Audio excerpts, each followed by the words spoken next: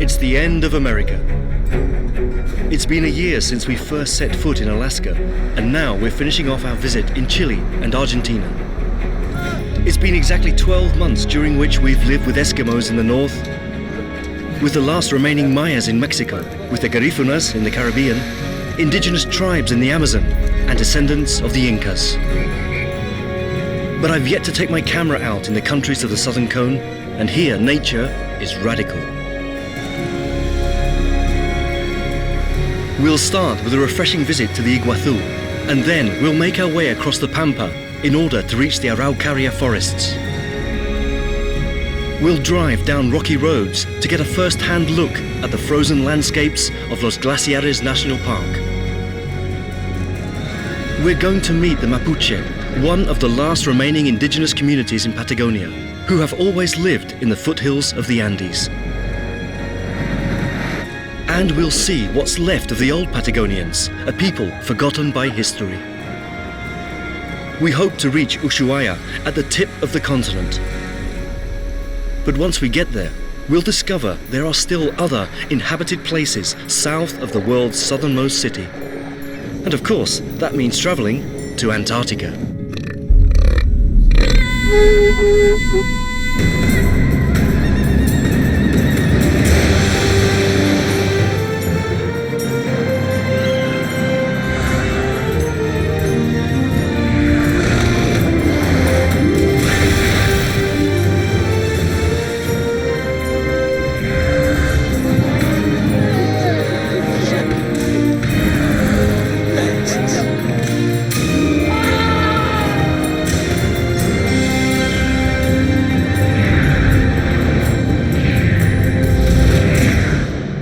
Episode 9, Heirs of the Andes.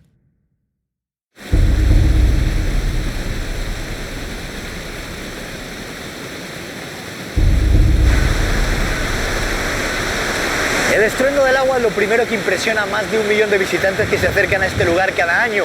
El espectáculo de las cataratas de Iguazú es compartido por Paraguay, Brasil y Argentina. Y es precisamente este último país el que vamos a recorrer desde las selvas del norte hasta sus glaciares del sur. Iguazu is only the beginning of our voyage through the southern hemisphere, and we're definitely starting with a major attraction. It makes no difference where I point the camera. Everywhere I look, there's a rushing waterfall, a river flying all over the place. Iguazu is a Guarani word that means big water, and that indicates two things. That the natives didn't put much thought into naming rivers, and that we're looking at one of the biggest waterfalls on Earth. To be precise, the Iguazu Falls are comprised of 275 waterfalls.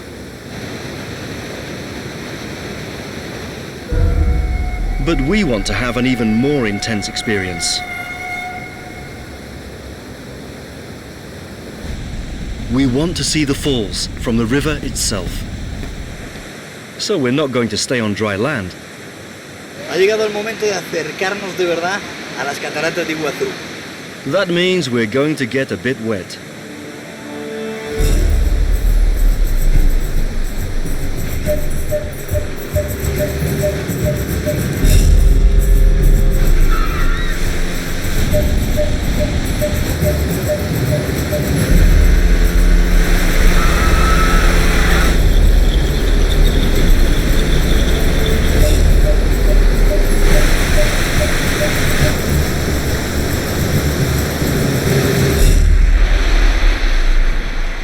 We're now headed towards a place with a past that's hard to forget.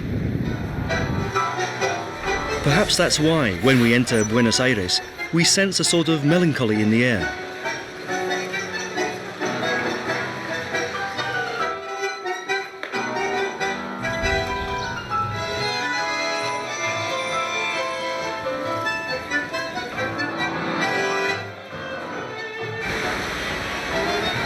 The Avenue 9th of July cuts across the city and commemorates Independence Day. This is the city's monument district, but we'd much rather wander its other neighborhoods. We walk across Puerto Madero's designer bridges and discover a modern, well-organized place.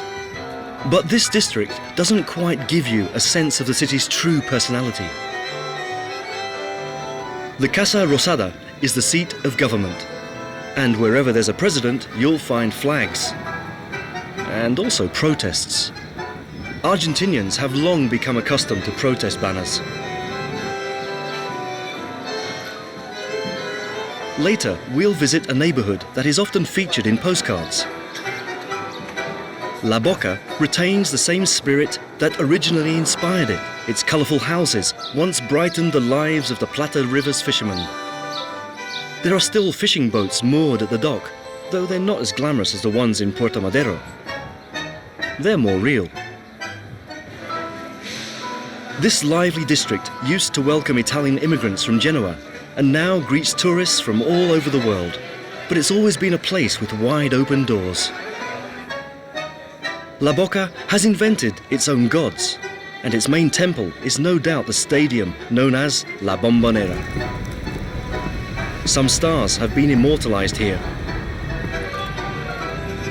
Argentinians protest in front of the government house and blow off steam at the stadiums.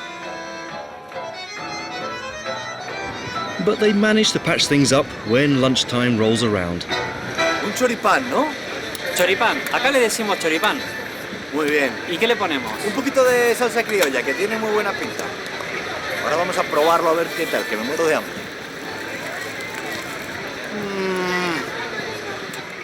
With our energies now replenished, we visit the district of San Telmo. Outdoor cafes share space with people selling handicrafts at the Plaza Dorrego. This square is a stage for traveling musicians, and street vendors are part of the popular culture here. Street stalls occupy most of the square, and it's hard to resist the wide variety of mate leaves. But after nightfall, it's better to drink something else and visit other places. La noche de Buenos Aires no se puede concebir sin la música más popular de Argentina. En el barrio de San Telmo hay muchos restaurantes donde se puede acompañar la cena con un buen vino y disfrutar de un auténtico espectáculo de tango.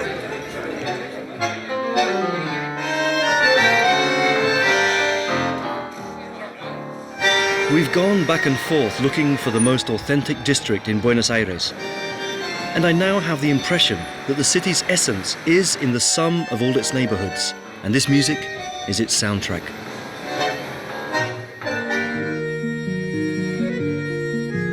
Maybe the tango's starting to get to me. But the fact is, the capital of Argentina has a certain nostalgic air about it. It's as if time moved more slowly here.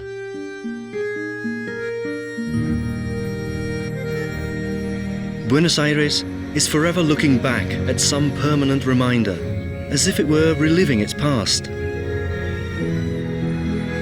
This city is, after all, a place that has a great deal to remember.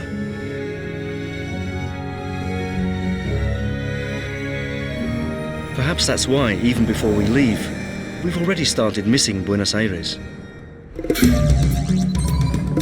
Since crossing the last border, we've already traveled well over 600 miles. Distances are huge here, and we still have to cut all the way across Argentina's Pampa before entering the forests of Patagonia. And this takes us to the foothills of the Andes.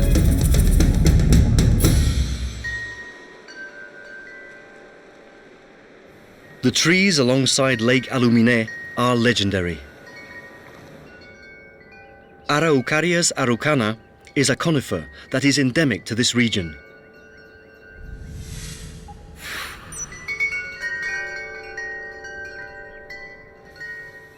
Some specimens can live as long as 1,000 years, and they say this was the first specimen of tree that ever sprung up anywhere on Earth. They've even lent their name to the region's indigenous tribes. They were originally known as Araucarians, but today, throughout Patagonia, they're known as the Mapuche. In the village of Villa Pehueña, the Mapuche themselves have invited us to share a spot under the shade of their Araucarias. Living in contact with nature is a distinctly Mapuche trait, but when they take out the grill to cook their meat, their Argentinian side emerges. A barbecue is a good way to share, and a good way for us to get a bit closer to the old Araucarians. They seem peaceful and friendly, like one huge family that has decided to remain on the land of their ancestors, along the lakesides. But both in Chile and in Argentina, this sort of community is the exception to the norm. While we sit around the fire, they tell us their version of the Mapuche's migration to the cities. El hecho de que digamos, haya una mayoría que esté instalada en la ciudad, en los centros urbanos, también tiene una razón, porque justamente fueron usurpados, digamos, las tierras, ¿no? El territorio del pueblo mapuche. Entonces, ¿vos qué tipo de desarrollo puedes llevar adelante si te están quitando las tierras? This won't be the last time we'll hear the Mapuche mention the lands that are being taken away from them. They claim the white man, whom they call Winca, barges into the forests with no consideration for the forests. Y acá donde estamos nomás, ¿viste? Este es un lugar que vos decís, ¿esto apto para qué? Está cerca de un lago, ¿viste? Está cerca, bueno, de toda esta característica que vos tenés. Una maravilla, por cierto. Resulta que al que le entrega la concesión acá, ¿vos sabés cuál fue el objetivo de esa concesión? ¿De qué quiso instalar acá? No, quiso instalar un criadero de pollo. Oh, no. Acá en este lugar. ¿Sí? Claro, un criadero de pollo. A chicken farm by the lakeside in Patagonia. That might just be what's behind the Mapuche's plight. The Winca's unbridled ambition. In other words, ours. Each community has its lonco, a figure akin to a spiritual and administrative leader. Rosalia has been defending the rights of the Mapuches in this area for years. With a steady hand and an unwavering determination, she continues to defend a culture that settled in the forests of Patagonia over a century ago. La ruana se pone así. Villa Pehueña is very attractive to tourists, which makes the white man's pressure even greater in this region. As we walk by the lake and the Araucarias, we begin to understand why the Mapuches are so drawn to this place. ¿Cuál es el territorio mapuche? ¿Cuál es la extensión? ¿De dónde empieza? ¿Dónde acaba? Si hablamos de territorio mapuche, toda Argentina. Pero los argentinos ya son una realidad aquí. Claro, ya los argentinos ya están, ahora están, pero ellos hoy lo están arrinconando a nosotros rincón por rincón, o sea, nos van metiendo, rinconándonos. Y ahora lo que estamos reclamando es los derechos de que lo dejen tranquilo de una vez por todas. Y ellos se reirán hoy, se están riéndose, porque dirá que esto es una pobre tonta, que es lo que va a hacer, no va a hacer nada. Pero yo estoy con la conciencia que esta tierra se va a ganar. Pero de la presencia del hombre blanco no todo es malo. No, porque hay hombres blancos que vienen, comparten con nosotros, respetan también el valor, lo que hoy nosotros estamos teniendo. Y eso nos da parte también, porque nosotros no estamos reclamando solamente para el mapuche, sino que tiene que ser compartido con todas las personas, que aquellos que quieren valorar el territorio, el medioambiental, dicen el trófilo, para nosotros es trófilo también. Que ellos vengan y valoren y respeten y que sean parte también de nuestra lucha.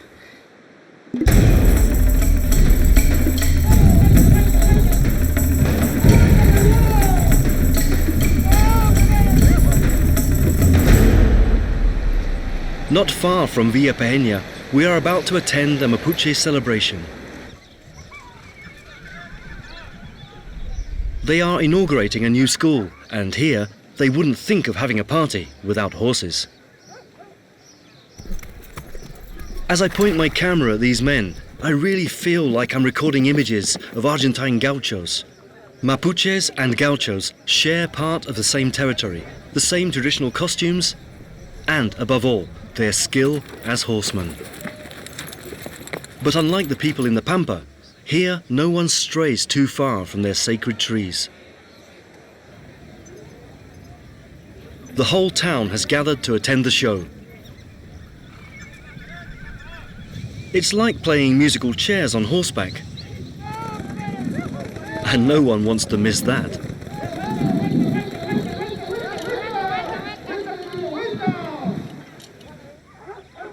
From a young age, they have to learn to raise and ride horses. And every last detail of the saddle is handcrafted. Son contadas la gente que se dedican a hacer soga también, porque es mucho trabajo. Es mucho trabajo. Ablandar la soga. Claro, longearla, sobarla, lleva todo un tema. Además que, por ejemplo, estas sogas son todas sogas costuradas. ¿Vio estos, por ejemplo, estos son sortijas? Ah, qué bonitas, ¿eh? About 60 miles to the south, we leave behind the forests and horses and head for San Martín de los Andes. It's a city full of visitors and hotels that are well prepared for the southern winter. It has long been a popular destination on travel itineraries that include Patagonia. San Martín is a pleasant city designed for everyone who comes to enjoy the Andes Mountains. But before tourists started bringing their skis, the Mapuches were already raising cattle, and their voice can still be heard in the mountains. And no, that's not a metaphor. Walsungun means the voice that spreads in Mapuche, and it's also the first indigenous radio station in Patagonia. Comenzamos entonces este segundo bloque aquí en AM800 Walsungun para toda la región sur de Argentina y Chile, y también por la FM 91.1 Pocahuyo para todo San Martín de los Andes. In fact, they've welcomed us as guests on one of their shows. It's a sort of mutual interview. We tell them about our trip around the world, and they tell us how important it is to spread their message. Hoy esta radio ha venido a cumplir el sueño del pueblo mapuche, pero también ha sido un proyecto que es transgresor a la política y a las normas que han quedado como represalias, ¿no? Como represoras. A radio station is a good start if they want to reach the rest of Argentina. A way for them to speak up and tell the world that some parts of the Mapuche's history are tragic, full of lost wars and genocides. First it was the Incas, then the Spanish conquistadors, and then finally the Argentinians, under the leadership of General Roca, who went on to become president of the Republic in the 19th century, though around here they're not too fond of him.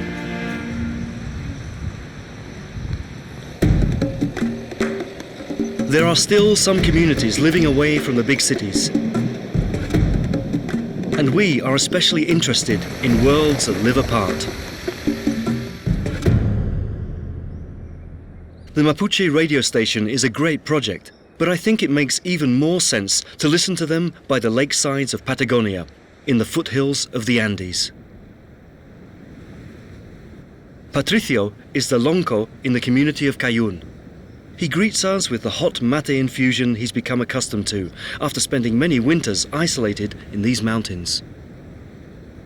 No me gusta que se me vaya mi gente al pueblo, ¿no? Porque ya va perdiendo la tradición, va perdiendo las costumbres, agarran otras ideas.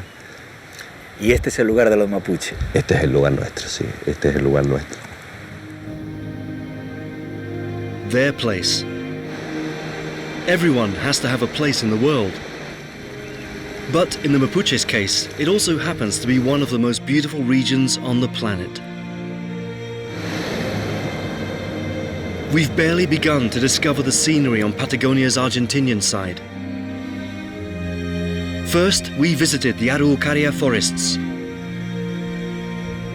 And now it's time for us to follow the route of the 7 lakes. The further south we travel, the more the landscape reminds us of the northern tip of America. Patagonia is a mirror reflection of Alaska. Only now we're traveling in the austral summer. The lakes aren't frozen, and there's no snow on the mountains. Just the same, at any time of the year, this place is blessed by its landscapes. We only stop for a couple of hours when we get to San Carlos de Bariloche. The city has a European feel to it. It's almost as if we were in the Swiss Alps. The town has its share of lakeside spas, stone churches, and even some typical chocolate shops. But soon the highway takes us back to the southern hemisphere. This is where the Andes mountain range lies. Just about every road you find in western Patagonia is full of curves. We have to keep dodging the lakes all the time, crossing forests and national parks. We also have to go around the mountains. But that is precisely why Route 40 has become part of a legendary journey.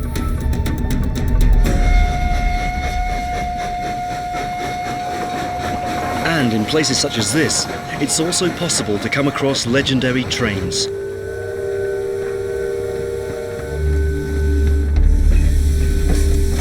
The old Patagonian Express has been running through these valleys for almost a century.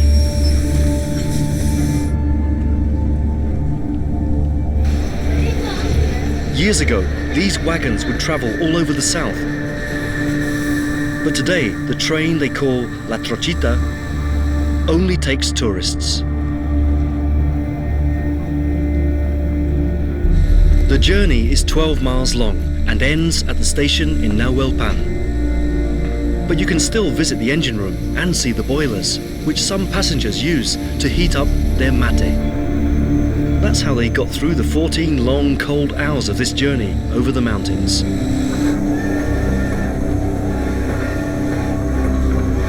The train has become a moving museum. And the train station is a good place to sell Mapuche handicrafts. Sometimes I think it's the tourist industry that somehow manages to keep other people's traditions alive.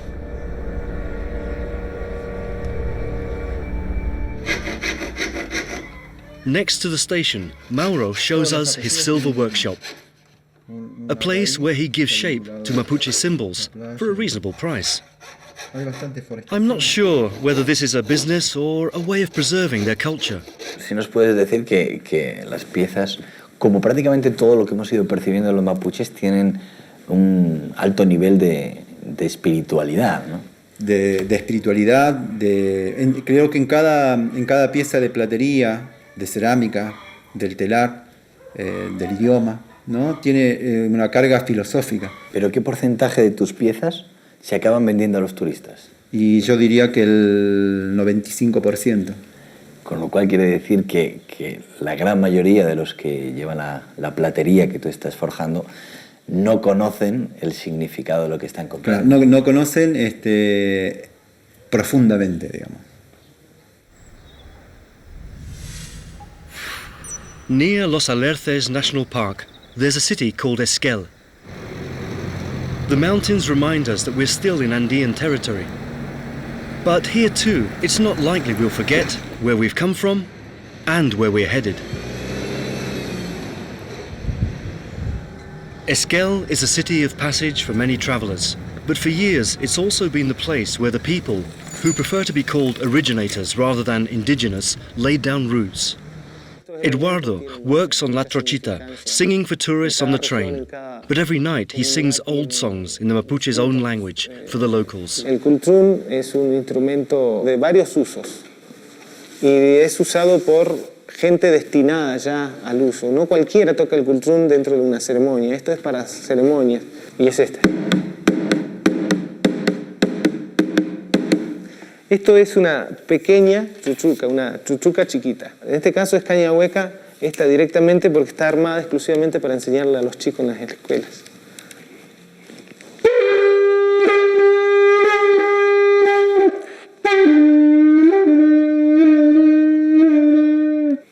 Entonces vosotros no tenéis problemas para hacer vuestros instrumentos e influencias del exterior. No. Porque he visto que también usáis la guitarra española, ¿no? La guitarra es un símbolo de vida.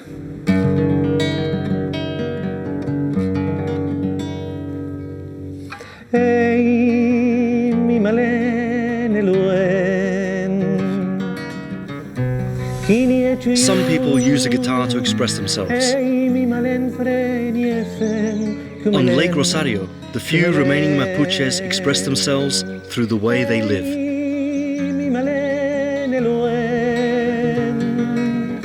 Carolina is 80 years old and can't imagine a life without her horses and green meadows. Most young people have moved to the city because life for traditional Mapuches is full of hardship.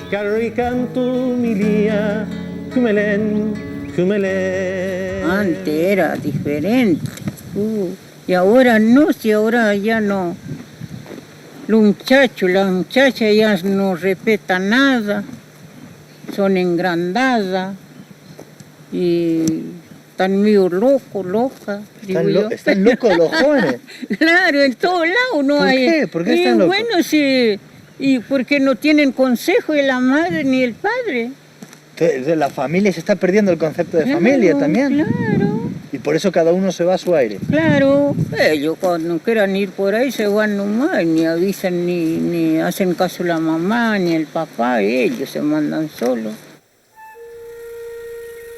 I don't know why, but my impression is that when we approach older folk, we find an unadulterated reality.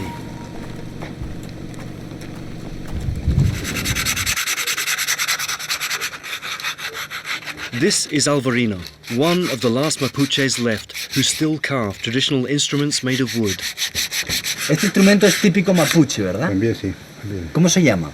Esto se llama una pifilca, se dice. Pifilca. Pifilca. Esta es la original. Esta ya una terminada. Esta ya está, esto tiene quién sabe cuántos años, muchos años. Pero esta suena... ¿Suena bien? Suena de calidad. Bueno, a ver, háganos la demostración. Entonces, estos símbolos que de alguna manera representan a las ceremonias sagradas de los mapuches, ahora se están vendiendo, claro, se están enfocando a los turistas. ¿Tanto ha cambiado la cultura mapuche? Cambió todo. Claro. Y es por eso que se vende, si no, no se vendería. Antes no vendía. Lo hacían solamente para el uso de cada comunidad. We've been listening to the Mapuche for several days. And there are two messages that keep coming up. One is the notion that the white man has contaminated their culture. And the other is that they're determined to recover their land. But the elders don't seem to be as optimistic as their young people. Dice que todo ha cambiado. ¿En qué lo nota fundamentalmente usted? Y en la naturaleza ha cambiado mucho, un montón. ¿En qué sentido? Por el cambio al frío, la calor de golpe. ¿Y quién tiene la culpa de eso? Y toda la gente tiene... ¿Sí? Toda la gente del mundo. El hecho de la recuperación territorial es la única chance que nos queda para sostener esta cultura. Si no, realmente poco a poco vamos a ir transformándonos en un folclore y vamos a terminar siendo folclore del Estado que nos invadió. Están destrozando todo. Están destrozando todo. Pero antes no era así. No, antes no. Antes no se podía cortar ni una madera verde, nada. Toda esta tierra que hoy está en lo blanco, el huinca que decimos nosotros, existieron los mapuches. Y los mapuches existieron, pero también así a la vez mantenían su cultura viva. Porque siempre nos los dan todo lo que nosotros necesitamos, ¿no? Que son los espacios territoriales que hoy los tienen muy, muy reducidos, ¿no? A nosotros los mapuches.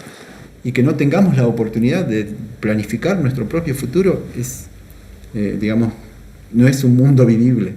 ¿Y cuál va a ser el futuro de su nieto, por ejemplo? ¿Dónde le ve usted?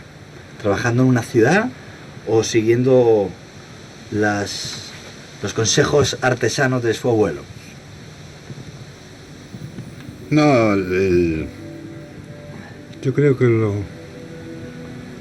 el trabajo de artesanos no le interesa nada ya. Muy poco seguramente. Y se van a ir más al estudio Winca. ¿Y toda esta cultura se va a perder para siempre? Imposiblemente, sí. Perhaps the day will come when there won't be a single Mapuche living on these lands. But until then, they are the legitimate heirs of the Andes.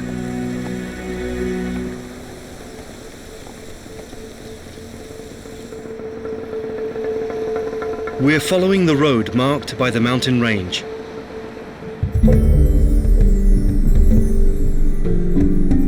Andes start in Venezuela and spread out over 4,600 miles to the south of the continent.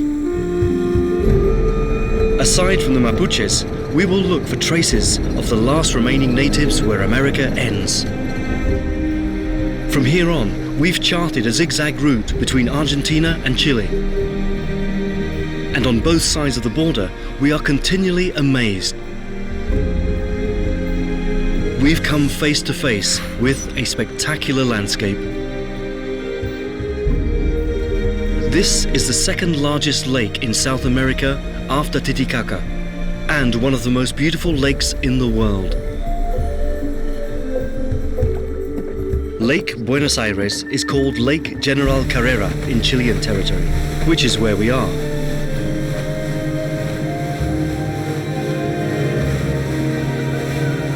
Now, all we want to do is enjoy the landscapes of Patagonia. Take our cameras out to take photos of the lake's blue water or of the navigable caves. In some spots, arches have formed, or stone columns and passageways that go right through the huge white rocks.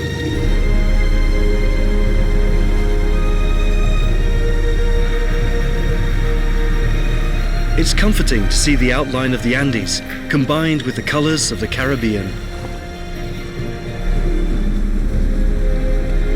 This is the so-called Marble Cathedral, a natural temple right inside the water. It's hard to understand how it can stay standing. The base is hollow and only a few columns support the stone structure. Here, all three of us do our best to portray this landscape made up of impossible shapes, surrounded by snow-capped mountains and water from the glaciers.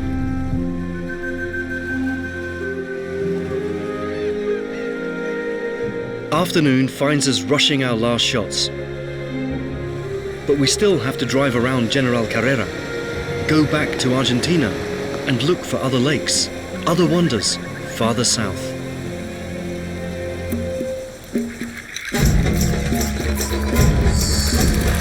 Since we left the city of Esquel, we've been driving on winding roads through the mountains.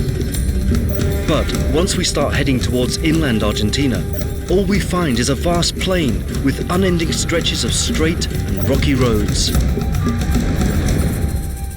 And you know what rocky roads are like. In our trip around the world, we've already destroyed several tires. But if we continue driving a bit beyond the outline of El Chaltén and just after the city of Calafate, we'll park the car and embark on a very different journey.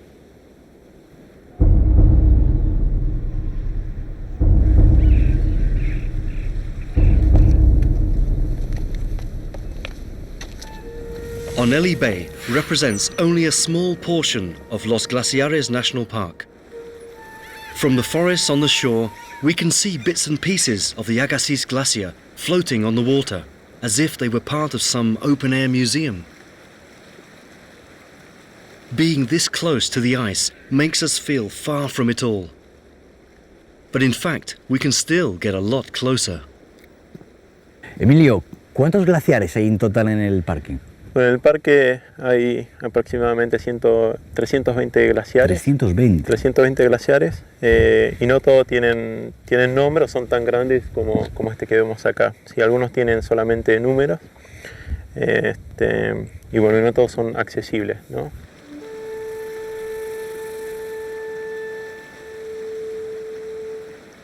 They're not all accessible, but some of them are. In fact, every day several boats navigate the waters of Argentino Lake, and tourists return with the sense of having visited a unique place. This time, I managed to get a prime spot. In Patagonia, each lake has its own unique personality. Whereas General Carreras was full of marble rock formations, here we have to dodge icebergs.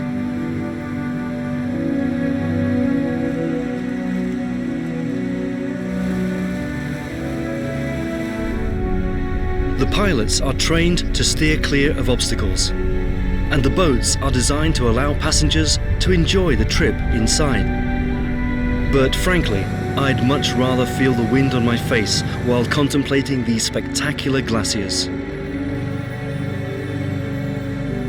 There are hundreds of frozen icebergs floating aimlessly on the water. During the summer, the glaciers retreat slightly. The heat melts part of the ice, forming rivers and cascades of water that feed into the lake. Uppsala is the largest glacier in the nature reserve, but it's now retreating due to the effects of climate change over the last few years. We have to keep our distance from the blocks of ice in order to avoid major collisions.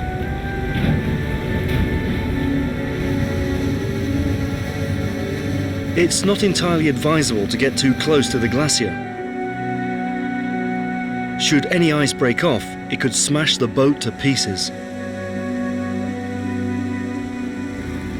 Set within the mountains is Spegazzini Glacier, with a front edge over 420 feet high. Being here makes us feel small, really small. On the eastern side of the lake, we'll enjoy the park's main attraction.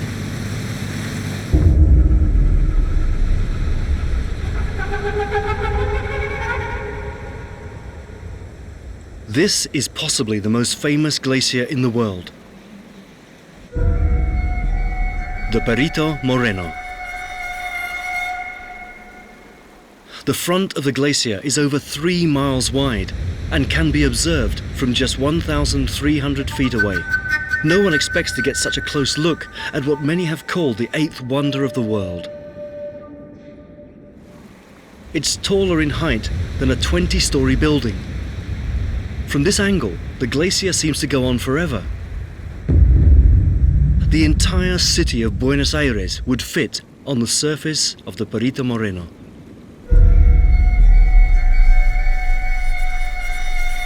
Here we again feel that first-time amazement, like we did when we first saw the Amazon River, the Grand Canyon of Colorado, or the Uyuni Salt Flats. But we want to go one step further, or several steps. We're navigating towards the glacier's southern end. Once the boat trip is over, we'll set off on an even more exciting journey.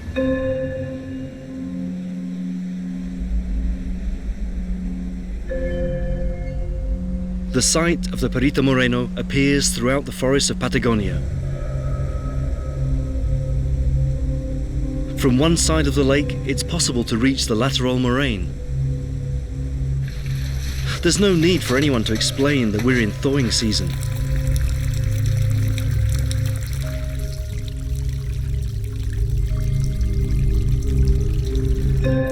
Crampons are a must-have for anyone who wants to head out here for a trek. All we'll find here is a frozen path of ice. We'll have to join the group of tourists and carry our camera equipment, and there's no lagging behind. So we don't have much time to record a landscape that's beyond description. The pools of crystalline water contain an infinite range of blues. We learned in Alaska that the color blue indicates the ice is under high pressure.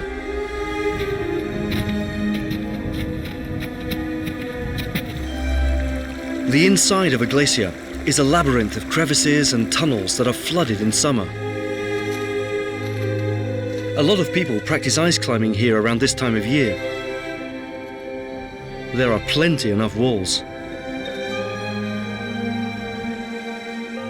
The surface is so uneven that it would take us forever to cover the full length of Perito Moreno's 18 miles. So we settle for a toast and cool our drinks with glacial ice that's hundreds of years old. It's not a bad way to end the day. Once again, we go back across the border to Chile. and back onto the deserted roads of southern Patagonia. Only vicuñas live on this land.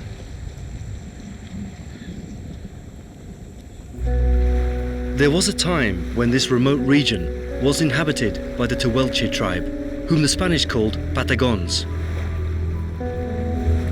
They were known to be strong and daring. But there are no natives left at the foot of Torres del Paine.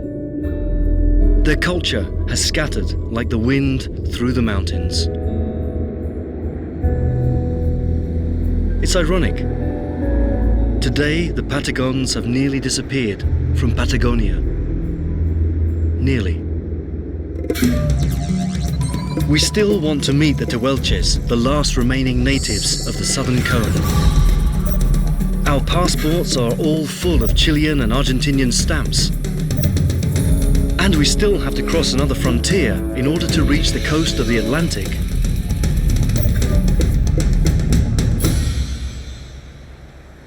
The sea is often accompanied by strong winds, which makes the weather here rather bleak. However, in Rio Gallegos, they've become used to it. Today, this is a city like any other, with some 100,000 souls inhabiting some of the most remote streets in Argentina. But there's no trace of the Tehuelches here. In order to find them, we'll have to go back on the road and drive inland through a deserted landscape. The Camusuaike Reservation is far from everything. Only a few horses share this territory. And they don't all survive in this weather. Finally, we reach the most remote indigenous community in Patagonia. And this is what's left of that nation of survivors. Those fierce, tough people. Those ancient warriors. A shantytown. A forgotten reservation battered by strong winds. This is the home of the last true Tehuelches. The others intermarried or went off in search of a future.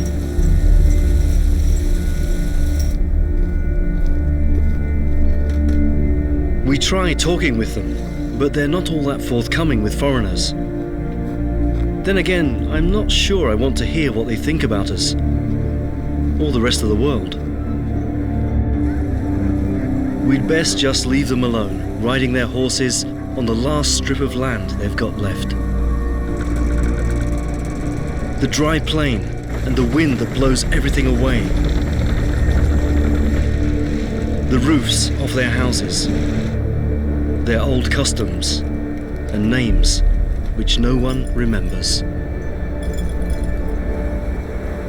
Sometimes it hurts to discover the reality of how certain people live, but we can't stop right now. Not when we are so close to reaching the end of the road. We board a ferry boat in order to cross the Magellan Strait. We've just been to Rio Gallegos, and now we'll travel beyond it, to the ends of America. We'll pass Tierra del Fuego at around sunset, and hours later, we finally reach Ushuaia.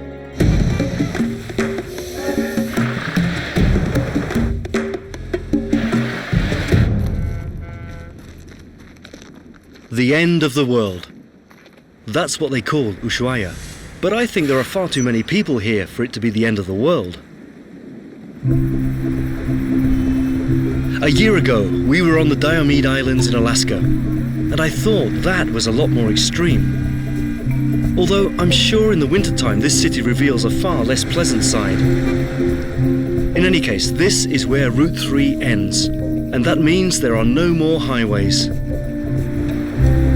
This place has become the payoff for all those endless journeys, the end of a long road.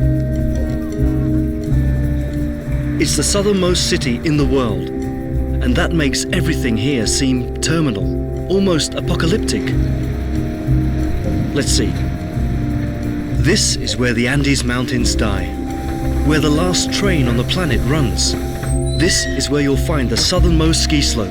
Ya hemos llegado. And where the last rivers on the continent flow, born from the last glaciers and dying in the last bays. Well, all these record facts attract tourists, geographers, and statistics buffs. Ushuaia is, in short, a mythical place. And it also has an important port.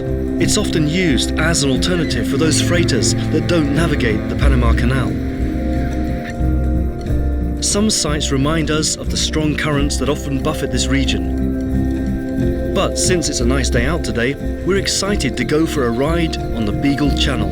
Is it perhaps the last strait in the world?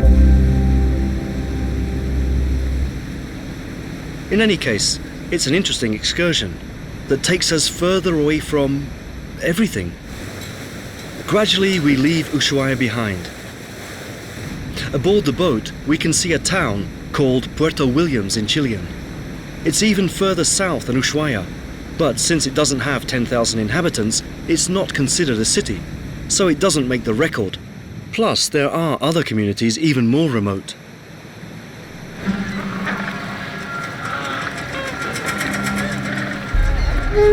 Colonies of sea lions inhabit these latitudes and share their space with imperial shags. As I record these animals, I become increasingly aware of where we are.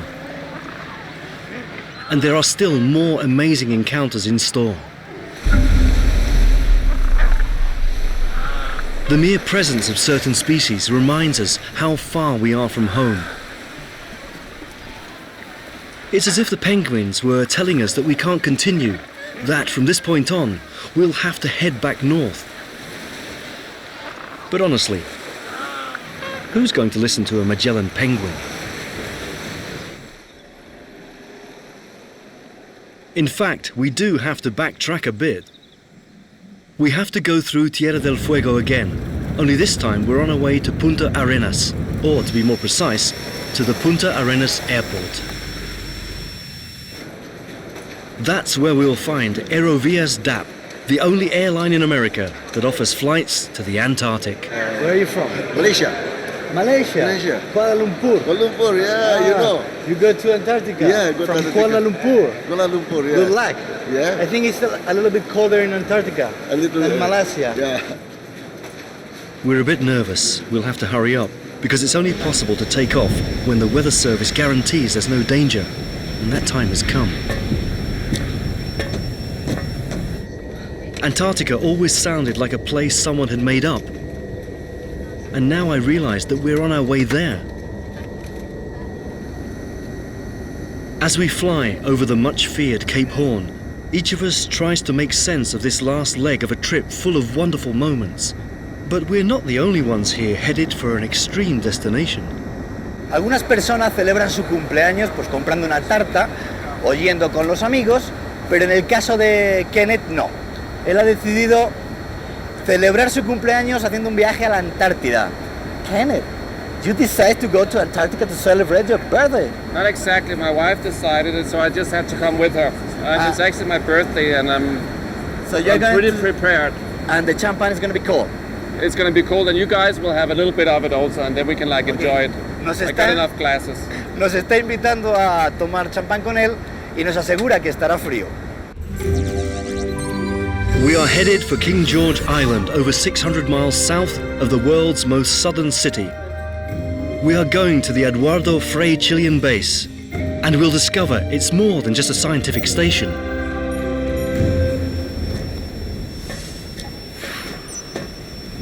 We've just set foot on the only landing strip on the continent. There are no roads, so we have to walk for a while to get to the bay. Fíjate, José Luis, Iglesia Ortodoxa Rusa. Walking around Antarctica isn't something you do every day. La Antártida puede parecer un lugar deshabitado, pero no es del todo verdad.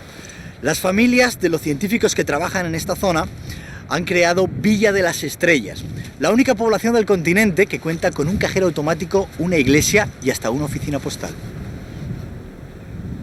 Some 80 people live here year-round, although the official population is only 39. The town even has several children who go to school here. They also have access to medical services and other types of entertainment. Villa de las Estrellas even has a square with cobblestones and a plaque honoring Chilean President Eduardo Frei. But the Russians stationed here really take the cake. They've managed to have an Orthodox church imported piece by piece. And it's become the southernmost church on the planet. Some vehicles drive around town in the summertime, and right now it's not even cold. But all of this is nothing but a mirage. On our itinerary, we've been looking for worlds apart on 4 continents, and this is definitely one of the least known and most isolated. Despite the cheerfully painted bunkers, the average winter temperature here is about 20 degrees below zero. This is a place surrounded by glaciers where no one could possibly settle down. A lot of boats set off from the beach every day, loaded with scientists, and the penguins have already gotten used to the noise of helicopters and the presence of boats that have come here to study God knows what weather phenomenon. Beyond a doubt, tourists are out of place here. Actually, this is no place for human beings. But people here feel like real die-hard travelers. It smells like sea and ice, like moss and like that. There's a group of elephant seals just a few meters away. They are enormous animals. Some can weigh as much as 4 tons. The penguins made us feel like we were far from home, and now the elephant seals have convinced us this is the end of the road. Okay, Kenneth, you're ready for the most strange celebrations? Bueno, vamos a brindar por un buen amigo, Kenneth, que nos ha acompañado a la Antártida con su mujer en su 36º cumpleaños. Cheers. Cheers. Cheers. A great year for everybody on Earth.